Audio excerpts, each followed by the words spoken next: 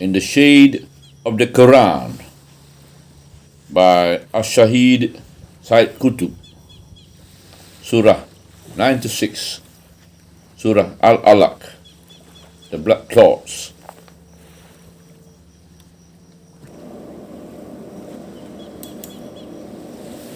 بسم الله الرحمن الرحيم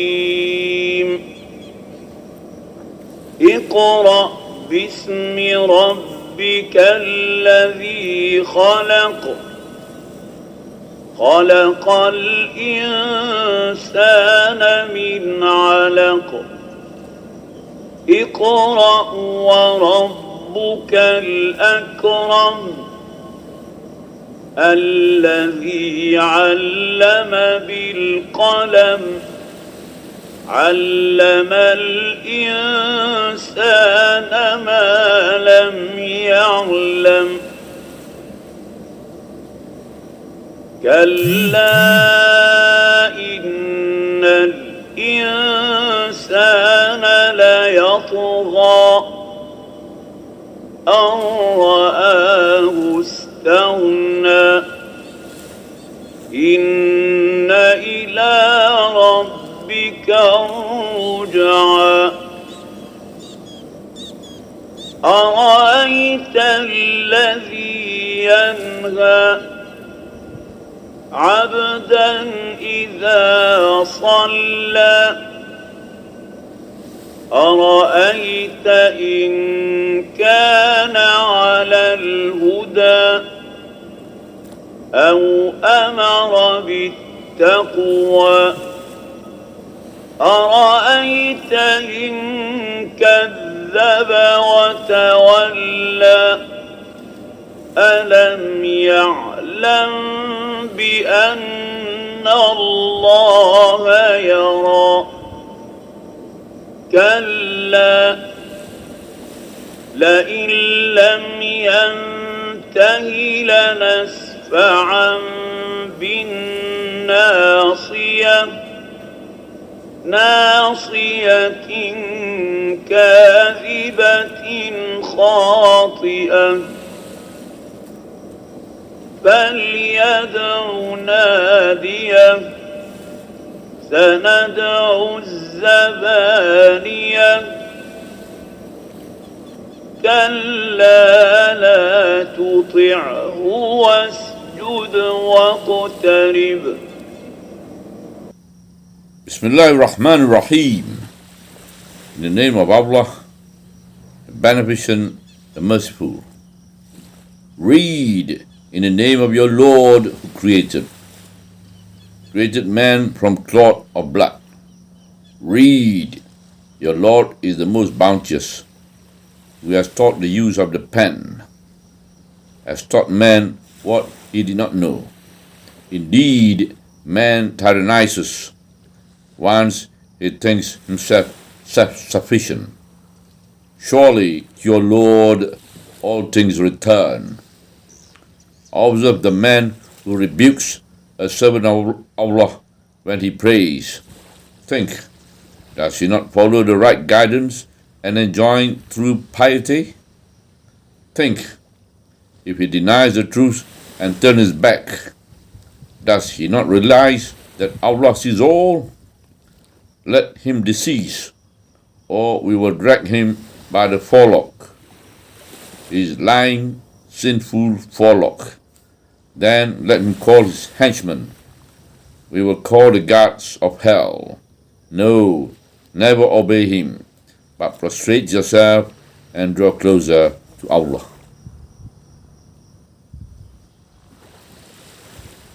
It is universally agreed that the opening of this surah was the first Quranic revelation. The accounts stating that other verses were revealed first are not authentic. Imam Ahmad transmits the following hadith, attributed it to Aisha, the Prophet's wife. The first aspect of revelation to Allah's Messenger was that his dreams came true. Whatever vision he might have in his sleep would occur exactly as he has seen. Then he began to enjoy seclusion. He used to retreat alone into the cave of Hira, where he would spend several days in devotion before going back to his family. He used to take some food with him, and when he came back, he would take a fresh supply for another period. He continued to do so until he received the truth while in the cave of Hira. The angel came to him and said, "Read." He replied, "I'm not a reader." The prophet says, "He held me and pressed hard until I was exhausted. Then he released me and said, 'Read.' And I replied, 'I'm not a reader.' So he held me and pressed me hard a second time until I was exhausted. Then he released me and said, 'Read.' I replied, 'I'm not a reader.' He then held me and pressed me hard for the third time. Then he said, 'Read, in the name of your Lord who created man from clots of blood. Read, your Lord is the most bounteous, who has taught the use of the pen, has taught man what he did not know.' The prophet returned home to Khadijah, trembling, and said, 'Wrap me, wrap me.' They wrapped him, and his fear subsided. He turned to Khadijah and exclaimed, 'What has happened to me?' and related to her what had happened and said, 'I fear for myself.' And Khadijah replied, 'Fear not, be calm and relax. Allah will not let you suffer any humiliation, because you are kind to your relative, you speak the truth, you assist anyone in need, you are hospitable to your guests, and you help in every just cause.' Then she took him to Waraka ibn Naifal, a paternal cousin who was a Christian convert and a scholar with good knowledge of Arabic, Hebrew, and the Bible. He had lost his eyesight as he had grown very old. Khadijah said to Waraka, 'Cousin, we would like to hear what your nephew has to say.'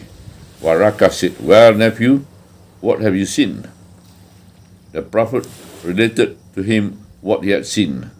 When he finished, Waraka said, 'It is the same revelation as was sent to Moses. I wish I was a young man so that I might be alive when your people turn you away from this city.' The Prophet exclaimed, 'Would they turn me away?' Waraka answered, 'Yes. No man has ever preached a message like yours, but was met with enmity.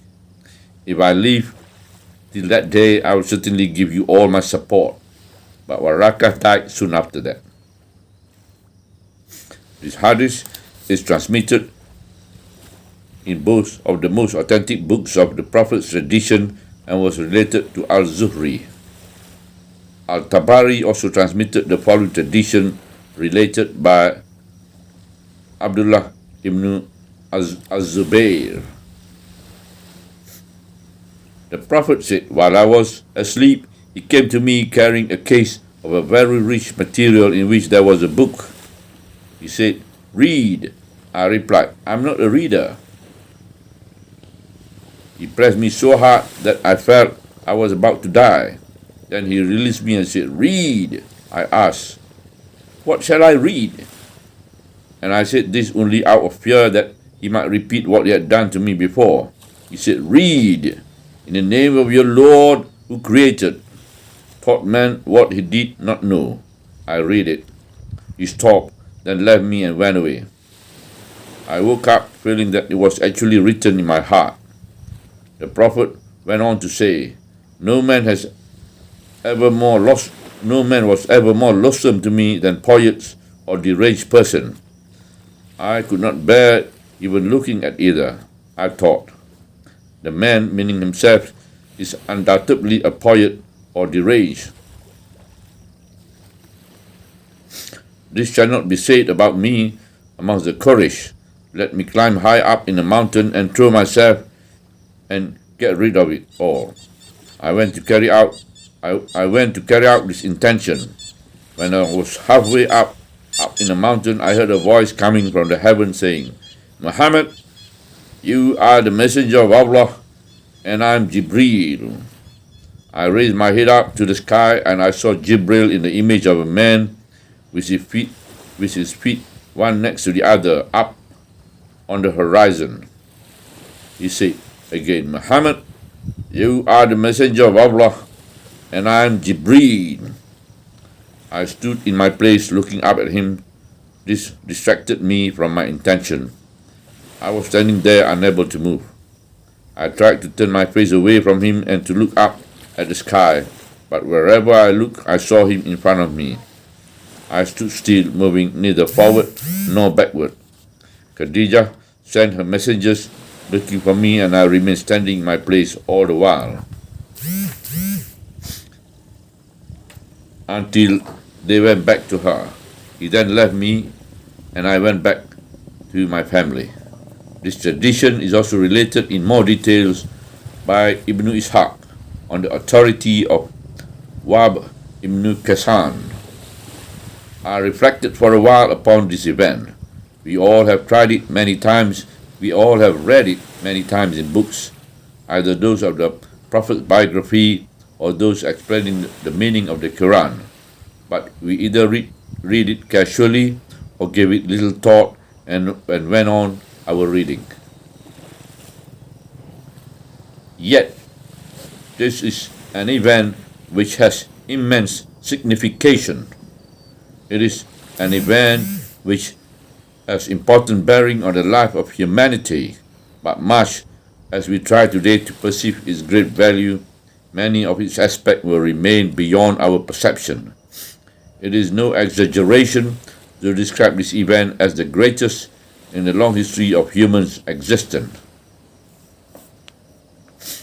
The true nature of this event is that Allah the Great, the Compeller, the Almighty, the Supreme, the Sovereign of the whole universe, out of His benevolence, has turned to that creation of His, of which is called man, and which takes its abode in a hardly visible corner of the universe, the name of which is the earth.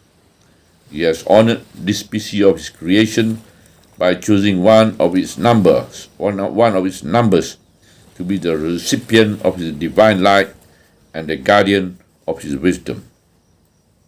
This is something infinitely great. Some aspect of His greatness become apparent when man tries as best as he can to perceive the essential qualities of Allah. Allah, the absolute power, freedom of all limitation, and everlastingness, and when he reflects in comparison on the basic qualities of Allah's servant, who are subject to certain limitations of power and life duration, one may then perceive the significance of this divine care for man. He may realize the sweetness of this feeling and manifest his appreciation with thanksgiving, prayers, and devotions.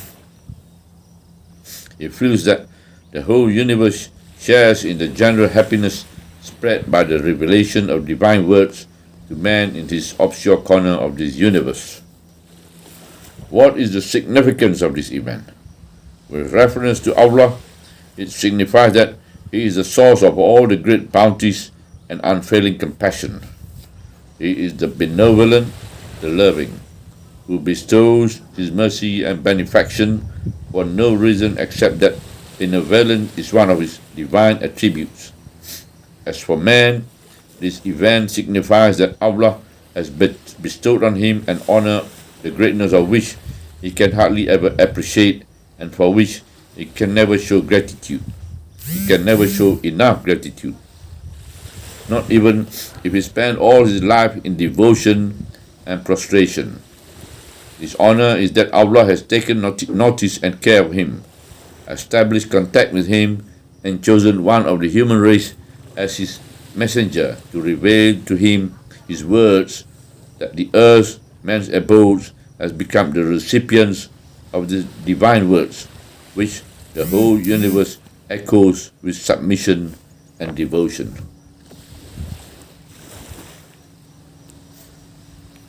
This great event began to bear on the life of humanity as a whole, right from the first moment.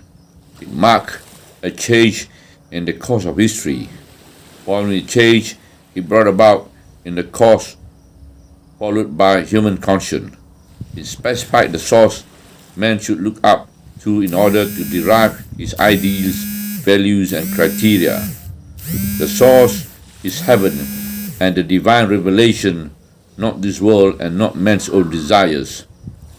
When this great event took place, the people who recognized its true nature and adapted their life accordingly enjoyed Allah's protection and manifest care. They looked up to Him directly for guidance in all their affairs, big and small. They lived and moved under His supervision. They expected that He would guide them along the road step by step, stopping them from error and leading them to the right.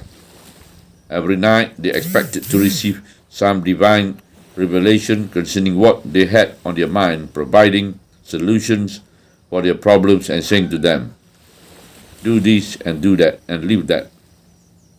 The period which followed the event was certainly remarkable.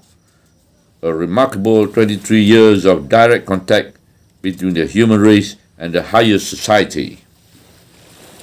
The true nature of this period cannot be recognized except by those who lived in that period and went through its experience, witnessed its start and its end, relished the sweet flavor of that contact and felt the divine hand guiding them along the road. The distance which separates us from that reality is too great to be defined by any measure of length this world has known. It is a distance in the world of conscience incomparable to any distance in the material world, not even when we think of the gaps separating the stars or galaxies. It is a gap that separates the earth and the heaven, a gap between human desires and divine revelation as sources from which concepts and values are derived, a gap between ignorance and Islam, the human and the divine. The people who lived in that period were fully aware of its uniqueness, recognized its special place in history, and felt the great loss when the Prophet passed away to be in the company of the Supreme Companion. This marked the end of this remarkable period which our minds can hardly imagine but for its actual occurrence. Anas related that Abu Bakr said to Umar after the death of the Prophet, "Let us go to visit Ayman as the Prophet used to do." When they went to see her, she burst into tears. They said, "What are you crying for? Don't you realize that Allah's company is far better for the Prophet?" She replied, "That it is true, I'm sure. I'm only crying because revelation has ceased with his death." These make tears spring to their eyes, and the three of them cried together. Transmitted by a Muslim. Ayman was the nurse who took care of the Prophet in his childhood. He remained grateful to her throughout his life. Translator's note.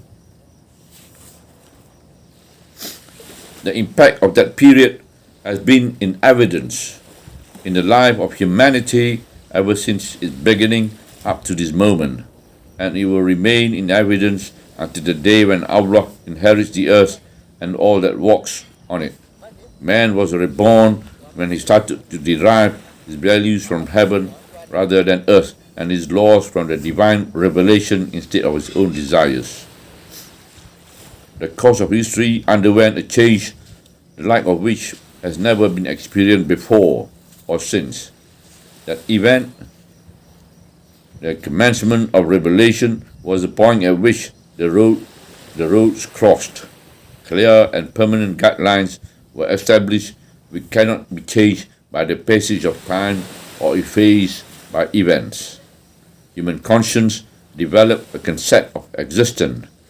Human life and its values unsurpassed in comprehensiveness, clarity, and purity of all worldly consideration, as well as its realism and practicability in human society.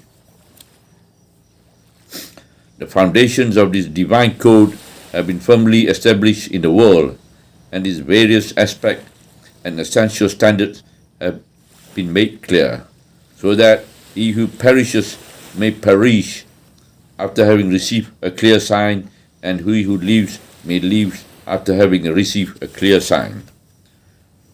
The Quran, Surah number 8, Ayat 42. The beginning of revelation was a unique event, at a unique moment, marking the end of one era and the start of another. It is a demarcation line in the history of mankind, not merely in the history of a certain nation or a particular generation. It has been recorded by the universe and echoed in all its corners. It has also been recorded in the conscience of man, which today needs to be guided by what Allah has revealed and never to lose sight of it. It needs to remember that this event was a rebirth of humanity, which can take place only once in history. It is self-evident that the rest of the surah was not revealed at the same time as its opening, but at a later date, for it refers to a certain situation and to events in the life of the Prophet which took place later, after he was instructed to convey his message and commanded to offer his worship in public, and after he was met with opposition by the polytheists. This is indicated in the part of the surah which begins, "Observe the man who rebukes a servant of Allah when he prays." Yet there is perfect harmony between all parts of the surah. The facts it relates after the opening part are only arranged in a perfect order. These two factors make the surah one perfectly harmonious unit. Read in the name of your Lord, who created man from clots of blood. Read, your Lord is the most bounteous, who has taught the use of the pen, has taught man what he did not know. This is the first surah of the Quran, so it starts with the name of Allah. It instructs the messenger of Allah right at the very first moment of his blessed contact with his highest society, and before taking his very first step along the way of the message he was chosen to deliver, to read in the name of Allah. Read in the name of your Lord. The first attribute of Allah it mentioned is that of creation and initiation. Your Lord who created. Then it speaks in particular of the creation of man and his origin. Created man from clots of blood. He is created from a dried drop of blood which sticks to the womb, a cheap and an unsophisticated substance. This reflects the grace and mercy of the Creator as much as it reflects his power. It is out of his grace that he has elevated this clot of blood to the ranks of men who can be taught and who can learn. Read, your Lord is the most bounteous, who has taught the use of the pen, has taught man what he did not know. The gulf between the origin and the outcome is very wide indeed, but Allah is able and is bounteous, hence this change makes us dizzy with wonder. Here also emerges the facts of the teaching of man by the Creator. The pen has always been the most widespread means of learning, and it has always had the most far-reaching bearing on man's life. This fact was not as clear at the time of revelation as it is now, but Allah knows the value of the pen. Hence, this reference to the pen at the beginning of this final message to humanity in the first surah of the Quran. Yet the messenger charged with the conveyance of this message could not write. Had the Quran been his own composition, he would not have stressed that this fact is the first moment. But the Quran is Allah's revelation and a message from the divine. The surah then states the source of learning, which is Allah. From him man receives all his knowledge, past, present and future. From him man learns any secret revealed to him about this universe, life and himself.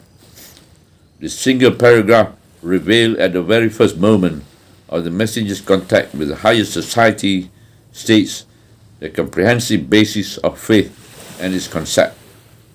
Everything starts, works, and moves in His name.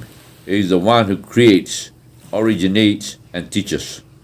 Whatever man learns and whatever experience and knowledge he acquires come originally from Allah. He has taught man what he did not know. The Prophet recognized this basic Quranic fact. It governed his feeling, teachings, and actions for the rest of his life because it is the principal fact of faith. Imam Ibn Qayyim al-Jawziyah summarizes in his book Zad al-Ma'ad the Messenger's teaching respecting the remembrance of Allah. The Prophet was the most perfect man with regard to his remembrance of Allah, the Exalted. Indeed, whatever he spoke was in the line of such remembrances.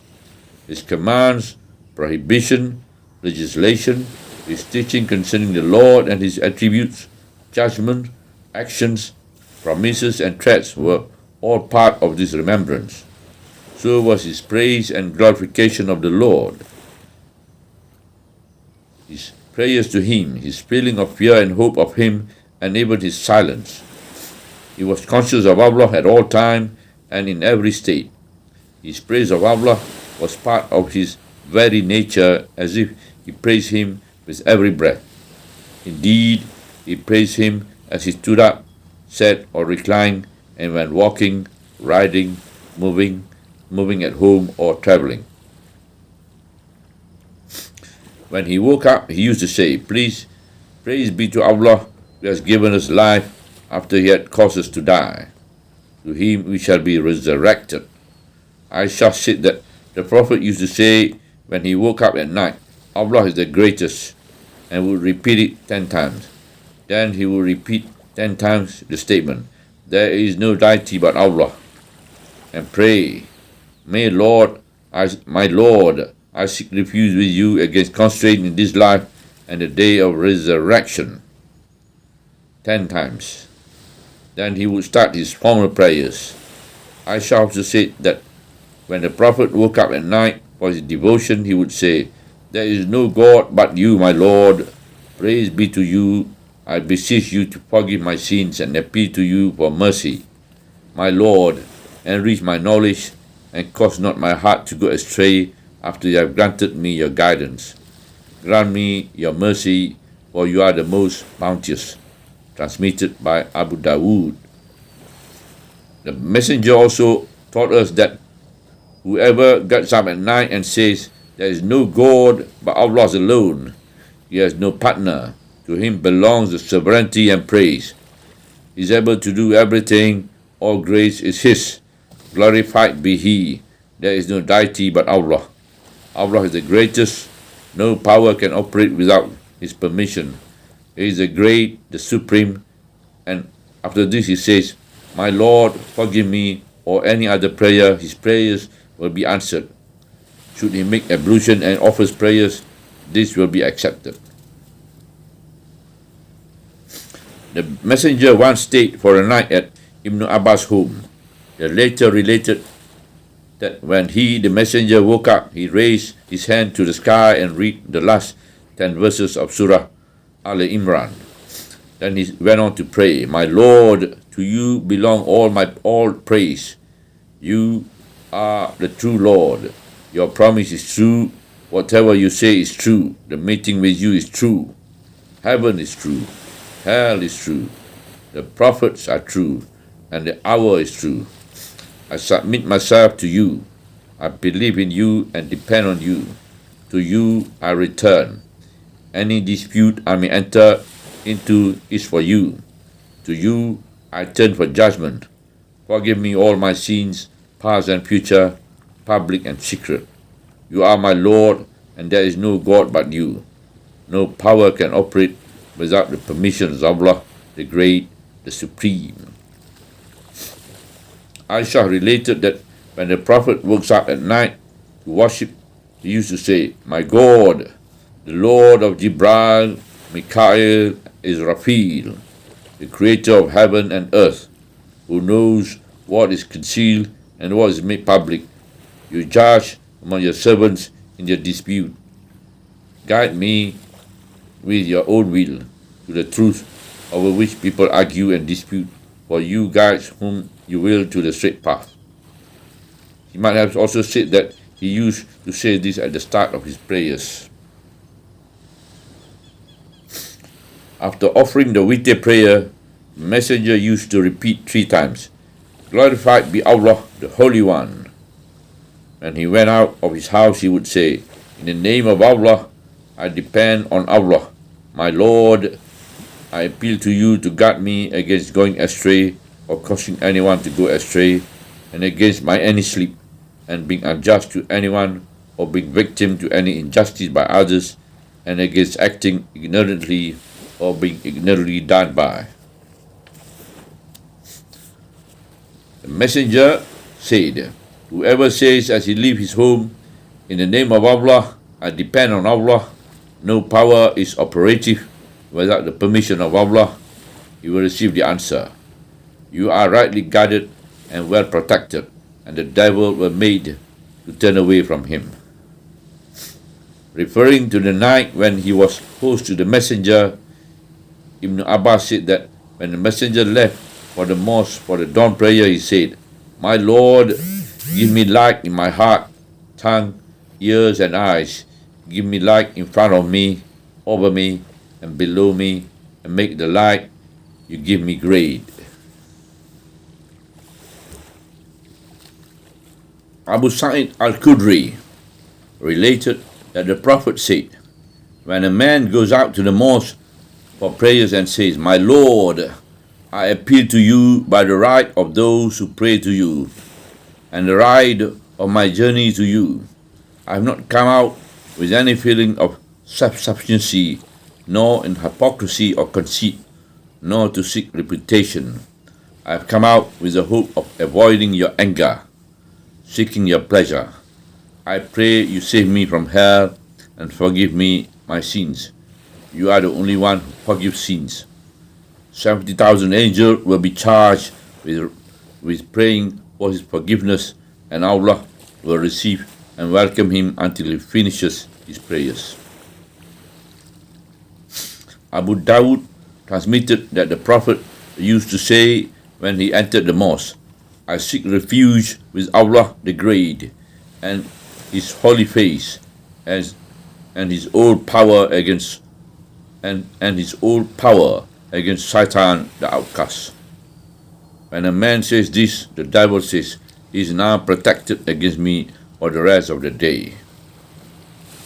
The Prophet says, "Whenever any of you comes to the mosque, let him pray and ask peace for the Prophet and say, 'My Lord, open to me the doors of your mercy.' When he leaves the mosque, let him say, 'My Lord, I pray you to give me out of your grace. I pray you to give me out of your grace.'" It is also related that when the Prophet entered the mosque, he would ask peace be Muhammad himself and his household, that he would say, "My Lord, forgive me my sins and open the doors of mercy to me." When he left, he would again ask peace for Muhammad and his household and said, "My Lord, forgive me my sins and lay open to me the doors of your grace."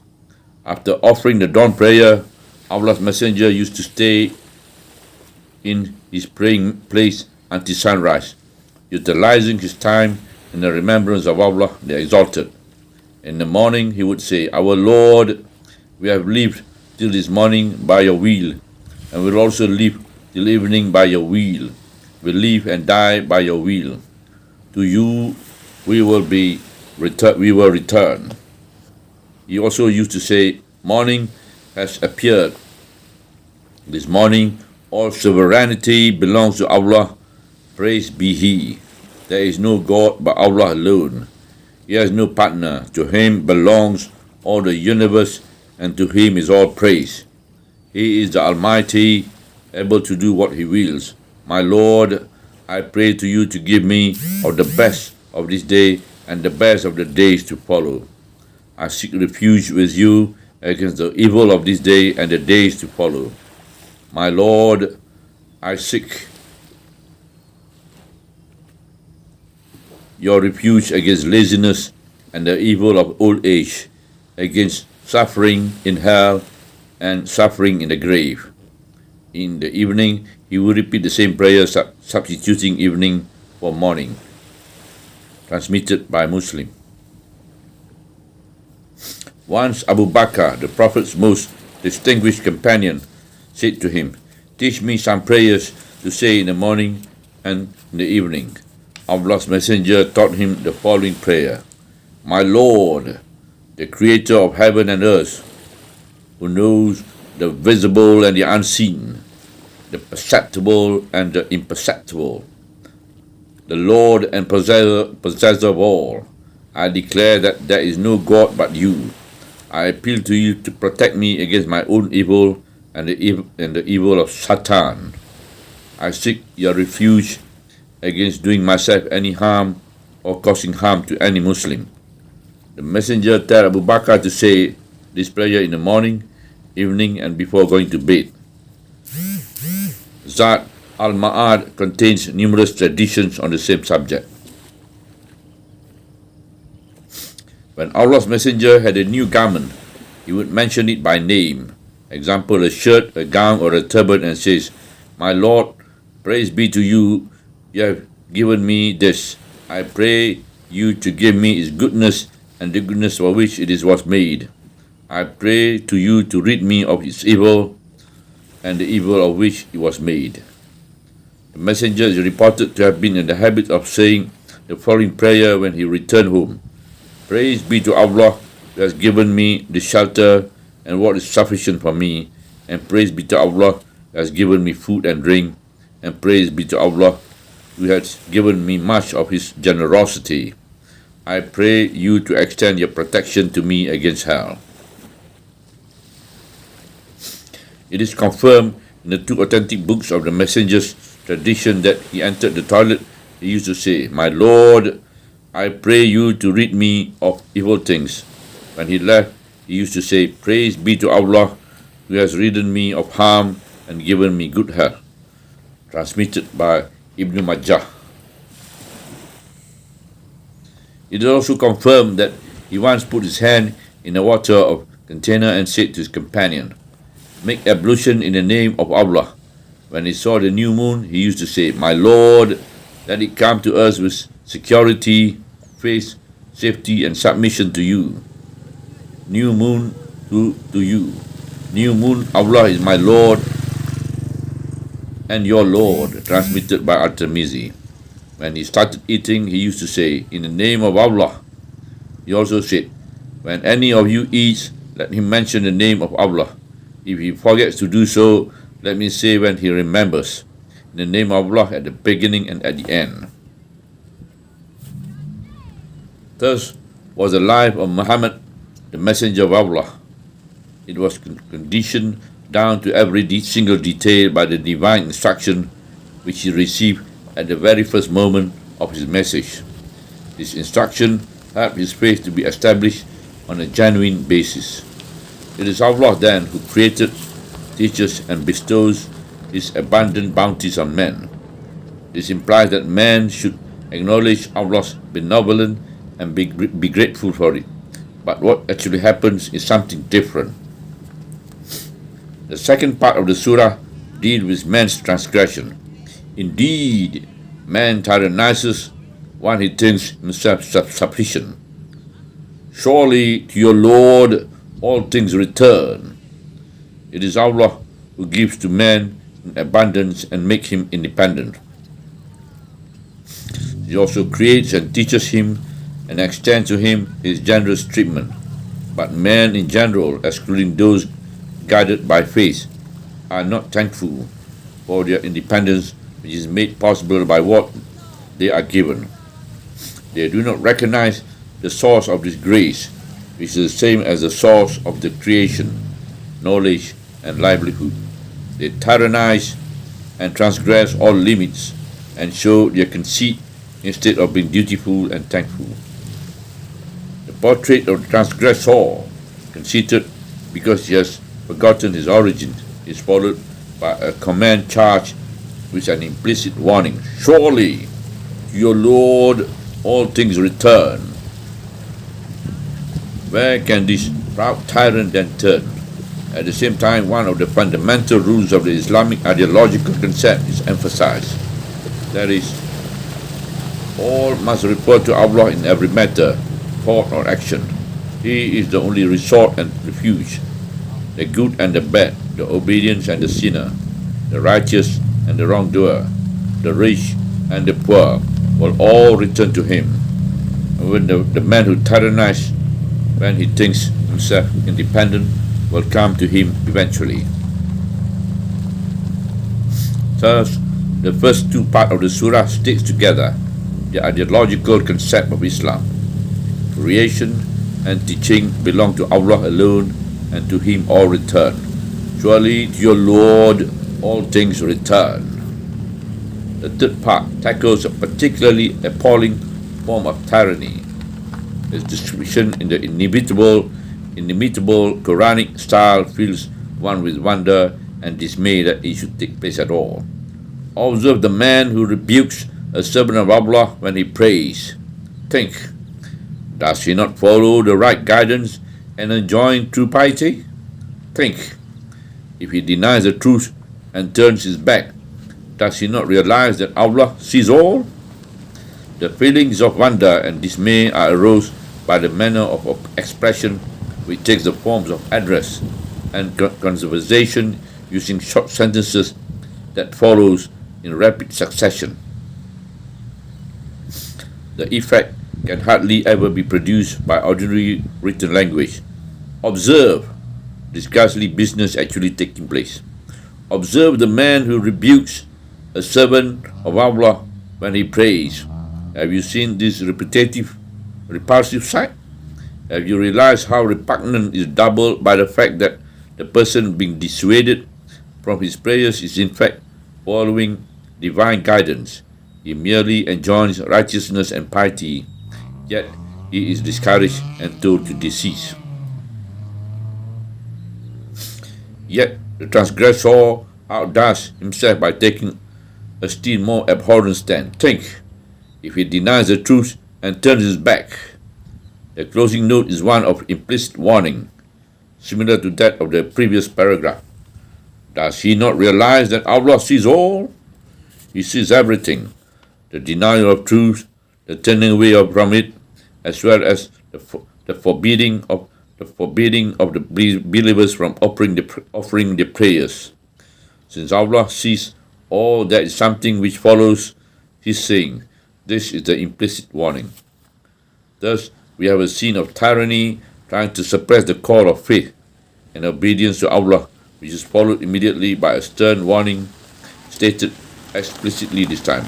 Let him decease, or we will drag him by the forelock.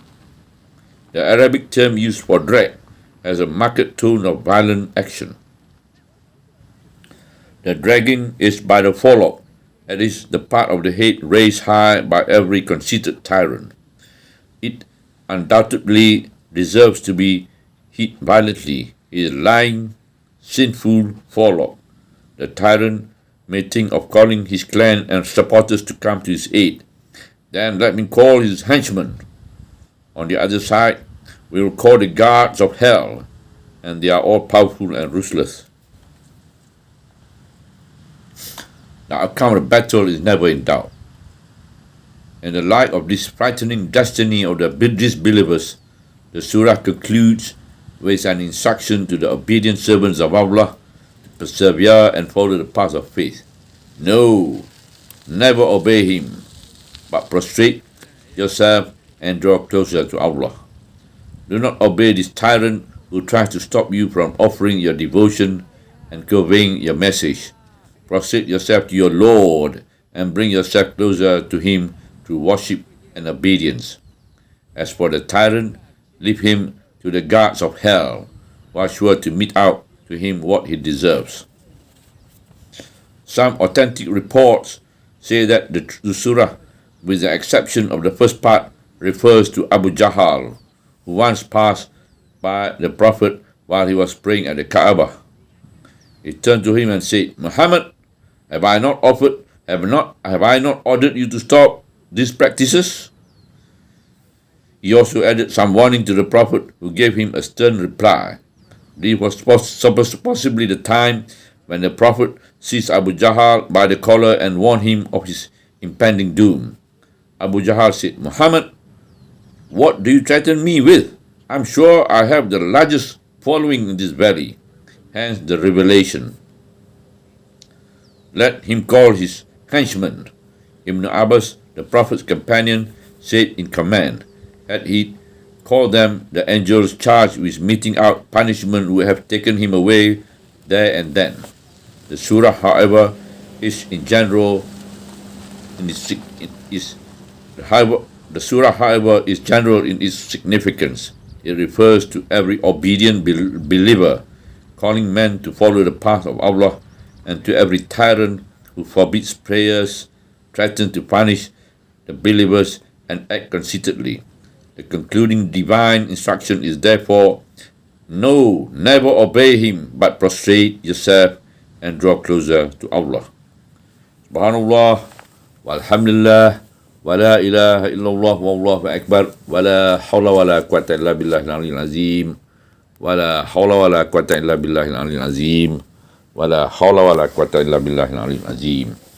Ya Fattah, Ya Razak, Ya Wahab, Ya Ghani, Ya Mughni, Ya Qadim, Ya Daim, Ya Ahad, Ya Wahid, Ya Samad. Ya Rahman, Ya Rahim, Ya Hayyu, Ya Qayyum, Ya Rabb, Ya Zal Jalali wal Ikram. Ya Rabb, Ya Zal Jalali wal Ikram. Ya Rabb, Ya Zal Jalali wal Ikram.